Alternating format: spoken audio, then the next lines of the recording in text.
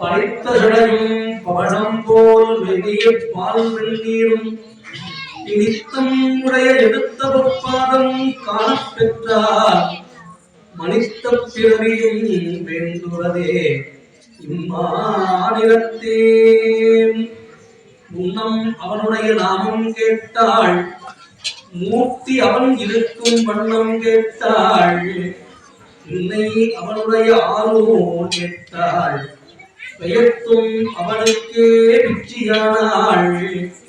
அன்னையையும் அத்தனையும் அன்றே நீத்தாள், அகன்றாள் அகலிடத்தார் ஆதாரத்தை தன்னை மறந்தாள். கை நாமம் கேட்டாள், தலைப்பட்டாள் நங்கை தலைவன் தானே.